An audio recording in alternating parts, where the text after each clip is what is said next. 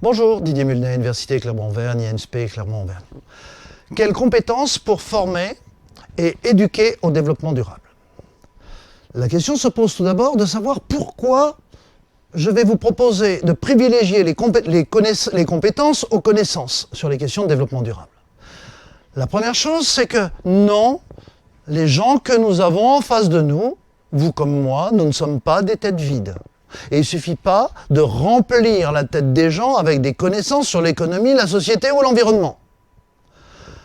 On a vu dans une vidéo précédente que le modèle des 3 sphères présentait des faiblesses. Là, les faiblesses conceptuelles, on mélange tout, le mythe du consensus, les pertes de sens, et effectivement, ce schéma, pour intéressant et pour unificateur qu'il a été, commence maintenant à montrer véritablement ses limites et ses effets pervers. Les changements nécessaires nous imposent d'agir, donc d'intégrer des savoirs, des savoir-faire, des savoir-être. Et c'est dans ce sens-là que je vais définir la notion de compétence. La compétence, ce sont des savoirs, des savoir-faire, des savoir-être. Mais c'est aussi de l'agir, du savoir agir, vouloir agir, devoir agir, pouvoir agir. Et effectivement, la question de la compétence nous oblige à passer à de l'action. On parlera donc évidemment de certaines compétences, mais on ne parlera pas d'éducation A de la même façon. Je ne redéveloppe pas ce qui avait été développé dans une vidéo précédente. Effectivement, avoir une vision systémique et prospective qui définisse le champ des problèmes que l'on pose. Savoir comment on va les résoudre. En vue de quelle finalité, de quelle valeur, voilà fondamentalement les 5 grands domaines de compétences, développement durable et responsabilité sociétale. Ne paniquez pas, issu de la recherche, on a pu établir 33 compétences développement durable réparties dans les 5 grands domaines identifiés par les couleurs que je vous remets ici. Nul l'obligation de connaître par cœur ceci, bien sûr, ce n'est pas le but. On va prendre les choses de façon plus simple et logique. Si on n'a pas une pensée, si on ne fait pas preuve d'un esprit critique, effectivement, on ne voit pas comment aucun problème ne pourra être posé par la suite. Et effectivement, que ce soit l'esprit critique, que ce soit la pensée créative, ce sont des compétences transversales de base qui permettent d'informer avec esprit critique, créatif, les gens, voire de les sensibiliser, on l'a vu dans d'autres vidéos. Ça permet effectivement d'informer, sensibiliser.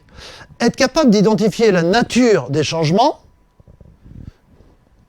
adaptation, etc., c'est quelque chose de fondamental. Être capable d'identifier les types de discours, les représentations sociales, c'est quelque chose de central. Être capable de mobiliser ces ressources individuelles ou des ressources collectives, c'est effectivement, tout ça, ce sont des compétences centrales. Est-ce que ces compétences centrales sont liées aux questions de développement durable? Non. Elles nous servent dans tous les domaines dans lesquels nous agissons. Simplement, si on ne les a pas, ces domaines que je viens de rajouter dans cet espace bleuté vont s'écrouler. Si je n'ai pas d'esprit critique, si je ne fais pas preuve d'esprit critique, je vois pas comment je pourrais avoir une vision globale, comment je pourrais mettre en œuvre une pensée complexe avec des différences, comment je pourrais poser de bons problèmes. Donc, si je n'ai pas ces compétences centrales, évidemment, cet aspect-là s'écroule. Si je n'ai pas d'esprit critique et de pensée créative, je ne vois pas comment je pourrais envisager les phénomènes à des échelles spatiales différentes, ici, là-bas, ou à des échelles temporelles différentes. Je ne vois pas comment je pourrais mettre en perspective les phénomènes. Identifier la nature des changements, c'est une compétence centrale. Mais savoir conduire les changements, savoir identifier les freins et les leviers, et savoir utiliser ces freins et ces leviers pour changer, c'est effectivement des compétences qui vont d'ailleurs au-delà des compétences managériales. Bien sûr, savoir mobiliser les ressources individuelles et collectives m'amène à organiser le pilotage collectif. Ça m'amène aussi à intégrer les valeurs des différentes personnes qui participent de ce projet. Ça veut dire que aussi, je vais devoir mettre en œuvre une véritable dynamique créative. Vous verrez, ça nécessite des outils. Prendre en compte les émotions, sans les refouler. Être capable de communiquer de façon socialement adaptée, d'organiser les processus de décision. Tout ceci, c'est effectivement des compétences qui sont de l'ordre des changements individuels et collectifs. J'ai oublié la compétence 28, c'est-à-dire mettre en œuvre des compétences pédagogiques adaptées aux changements souhaités. Vous allez me dire, mais je veux pas être prof. Mais je sais bien que vous voulez pas être prof. La seule différence, c'est que quand vous avez besoin de communiquer dans la société, vous aurez effectivement sur ces questions-là besoin d'avoir un minimum de compétences à visée éducative. Nous avons dit tout à l'heure, dans la zone centrale, identifier les discours et les représentations. Oui, mais c'est que ça va plus loin. Il va falloir connaître un minimum d'outils juridiques sur les questions. Connaître ou s'associer avec quelqu'un qui connaît les outils juridiques. Mettre en œuvre les éthiques de l'engagement. Connaître et maîtriser les différents types de responsabilités. Exercer sa responsabilité. Alors vous allez me dire, mais je ne vois pas comment une personne normalement constituée pourrait avoir tout cet ensemble de compétences. Et oui, mais justement, c'est là qu'est le nœud de l'histoire. C'est que ça, on ne va pas le faire seul. On va être obligé de travailler de façon collective. Mais pour l'instant, je vous ai amené à des questions de formation, d'éducation. Dans le grand maximum des éducations A. Faible, vous allez le voir. On va rentrer véritablement dans le vif du sujet. Non pas lorsqu'on aura conféré une culture scientifique à quelqu'un, mais lorsqu'on aura articulé sa culture scientifique et la culture humaniste, qui vont servir au bien commun. C'est la finalité qui apparaît dans ces compétences réflexives, attracteurs de sens, de valeur, dans ces éducations A dites fortes. Effectivement, ça, nous rentrons véritablement dans des éducations A fortes. Produire une vision prospective pour contribuer à des futurs meilleurs. C'est pas uniquement produire une vision prospective, c'est pour de futurs meilleurs, dont on peut discuter d'ailleurs. Choisir de façon éthique et éclairée les différents types de changements pour agir. Si on n'agit pas, on est incompétent.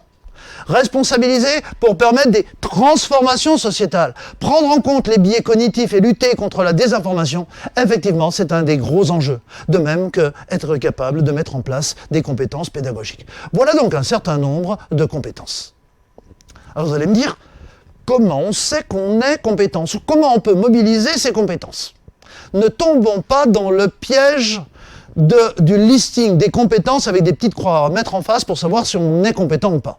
En fait, on a un certain nombre de compétences et vous avez ici quelques questions qui peuvent vous guider.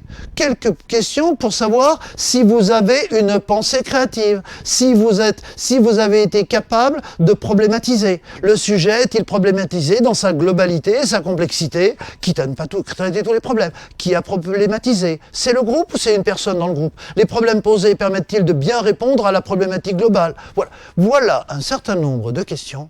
Mais je ne voulais pas rentrer dans le détail de l'outil. C'est juste pour vous montrer qu'au jour d'aujourd'hui, sur cette question des compétences, nous sommes outillés par pratiquement 5 à 10 ans de recherche. Il en va de même pour les compétences en termes de prospective. On a un certain nombre de questions qui nous permettent de nous situer. Idem pour la question des changements, idem pour la question des métacompétences en termes de changements individuels et collectifs, où nous avons un certain nombre de points de repère.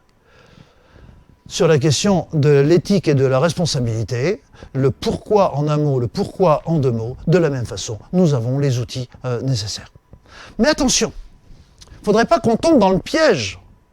Il ne s'agit bien évidemment là, dans ce que je viens de vous montrer, que d'un outil pour analyser et construire les projets. Et certainement pas d'un ensemble de questions qu'il faudrait apprendre par cœur ou prendre de façon exhaustive. Lorsque vous serez compétent, cet outil ne sera plus qu'un pense-bête, le truc que vous allez lire quand vous voulez voir si vous avez oublié des trucs. Il serait donc vain de tendre vers une exhaustivité des compétences visées. Le but n'est pas de reprendre toutes les compétences pour savoir si vous les cochez. Ce serait idiot. Les compétences ne sont pas des finalités, c'est juste des moyens pour être capable de résoudre le problème complexe qui vous est posé à différentes échelles de temps. sélectionner, valider un certain nombre de compétences n'aurait donc absolument aucun sens. Si vous voulez savoir si vous êtes compétent, c'est tout simple. On vous met en situation et on voit si vous arrivez à trouver les solutions adaptées. Et c'est là où effectivement on voit qu'on n'est parfois pas compétent, on n'arrive pas à trouver de solutions, donc on a besoin de compétences, donc on a besoin de se former sur certaines de ces compétences. En fait, cet outil, on est bien d'accord, c'est juste un guide pour le raisonnement. Et je le rappelle, ce qui importe véritablement, c'est de construire des mises en situation. On n'est compétent que si on est en situation, dans l'action.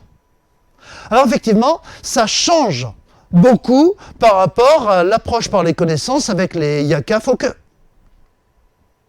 Sur le plan de la recherche, toutes les compétences que l'on a signalées tout à l'heure dans les 33 sont décomposées en critères avec des indicateurs. Tout ça, c'est parfaitement bien connu. Maintenant, c'est maîtrisé. C'est juste pour vous donner un petit aperçu de là où on en est d'un point de vue recherche.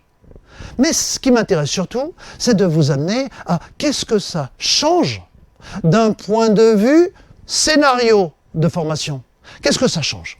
Eh bien, si je prends l'exemple d'un dispositif qui est dans un master sur l'INSPE, les étudiants, qui sont en général par 40, sont mis en petits groupes de 4, 5, 6, et ils se choisissent très vite une thématique, une problématique qu'ils vont traiter sur plusieurs mois. Et oui, parce que le changement, ça prend du temps. Et effectivement, ils vont progressivement choisir leur thématique en petits groupes de 4, 5, 6, puis on va leur faire un certain nombre d'apports, et puis on va leur faire vivre un certain nombre de situations, on va leur apporter un certain nombre d'outils, et puis là, il s'agit du master MEF premier degré ou d'ailleurs deuxième degré. Ils ont une semaine pendant laquelle ils ne font que ça. Ils s'immergent pendant une semaine sur ces questions. Et ceci est totalement indispensable. Derrière, ça veut dire que nous, enseignants, on accepte d'être des accompagnateurs de projets. C'est beaucoup moins confortable. C'est plus facile de se la jouer expert. C'est plus inconfortable d'être accompagnateur de projets. Parce que parfois, les étudiants n'ont évidemment pas moins de connaissances que nous sur un certain nombre de sujets. Donc on doit laisser de côté notre statut d'expert pour devenir des accompagnateurs.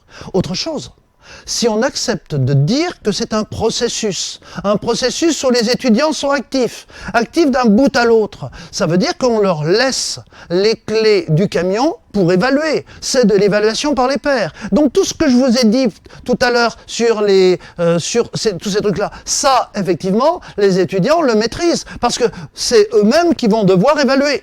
Et effectivement, ils maîtrisent les compétences de façon à évaluer les projets de leurs pairs.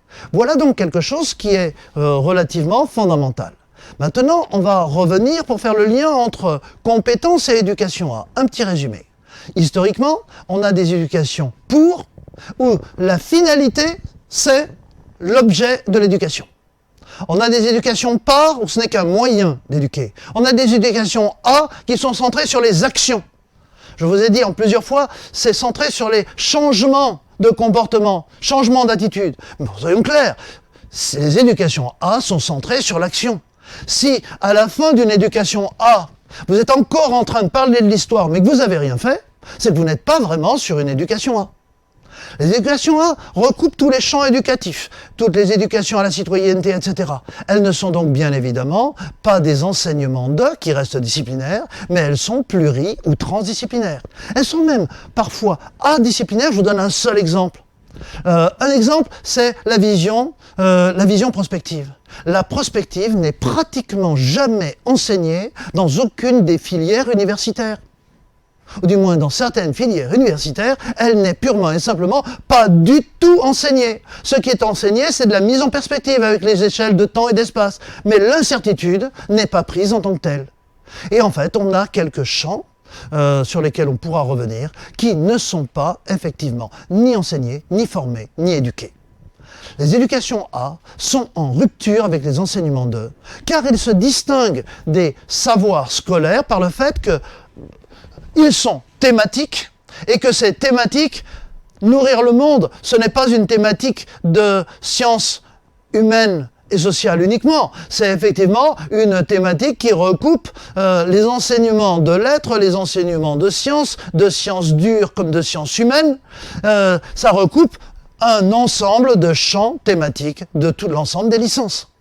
Celles liées aux questions socialement vives, on l'a vu, on accorde une place fondamentale aux valeurs et effectivement, elles ont pour objet de faire évoluer les comportements ou les attitudes, c'est-à-dire de permettre les actions. Il me reste un concept sur lequel je voulais revenir, la question d'éducation faible et d'éducation forte. Lorsque les changements en route sont de l'ordre de l'adaptation au climat, l'atténuation de mes effets sur le climat, l'amélioration de mes rejets de gaz à effet de serre par exemple. Je me situe en durabilité faible. Et sur le plan éducatif, je vais faire de l'éducation faible. Par contre, lorsque les changements proposés sont de l'ordre de véritables transformations sociétales. Là, on va être en durabilité forte et en éducation forte. Ça veut dire quoi être en éducation forte? Ça veut dire qu'il ne suffit plus ni d'enseigner, ni de former, mais on va devoir accompagner les ruptures en cours ou à venir, donc préparer les ruptures. C'est évidemment beaucoup plus déstabilisant d'avoir ou de suivre ou de subir ce type d'enseignement. Mais en fait, si on ne s'y prépare pas, effectivement, on va se retrouver complètement débordé par l'anxiété qui gagne souvent les jeunes générations. Quand je dis jeunes générations, je parle de vous aussi. Outils de formation complètement différents. Et oui, on n'est plus en train on va utiliser des pédagogies qui vont être complètement différentes avec des outils complètement différents, qui vont bien au-delà de la fresque du climat.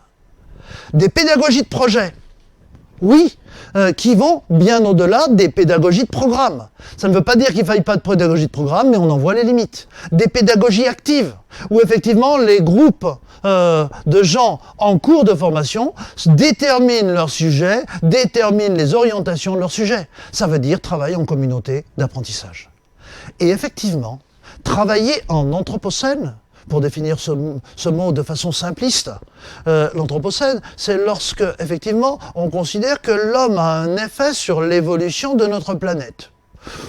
Même si ce sujet reste pour partie controversé dans certaines disciplines, on ne peut plus qu'en accepter, je crois, le fondement. Ne serait-ce que par les effets climatiques. Eh bien, dès l'instant où on éduque en anthropocène, on doit accepter l'explosion de la complexité, l'explosion des incertitudes. La majeure partie des sujets qui sont utiles sont des sujets sur lesquels nous ne pouvons pas enseigner uniquement les certitudes. Si on devait attendre d'avoir toutes les certitudes sur les changements climatiques, effectivement, on n'en enseignerait jamais. Et donc, on doit en fait enseigner autrement. On doit éduquer autrement, pour employer le vrai terme. Rupture avec les savoirs académiques. Eh bien oui, on va devoir prendre en compte les représentations sociales qui intègrent des savoirs académiques, qui intègrent des fake news, qui intègrent des incertitudes, qui intègrent des savoirs d'expérience, qui intègrent ce que je vais appeler des savoirs de grand-mère ou des savoirs sociaux. Donc on ne sera plus uniquement sur des savoirs académiques, quand on en voit toutes les limites. Et puis, quelque chose contre lequel on est bien obligé de lutter, c'est la production du doute, la production de l'ignorance, avec tout ce qui est fake news, infotox, qui monte en charge et qui devient un véritable fléau de société pour enseigner sur ces questions-là. Merci de votre attention. Dans une dernière vidéo, nous parlerons des objectifs de développement durable et plus particulièrement des objectifs pédagogiques de développement durable. Merci, à la prochaine fois.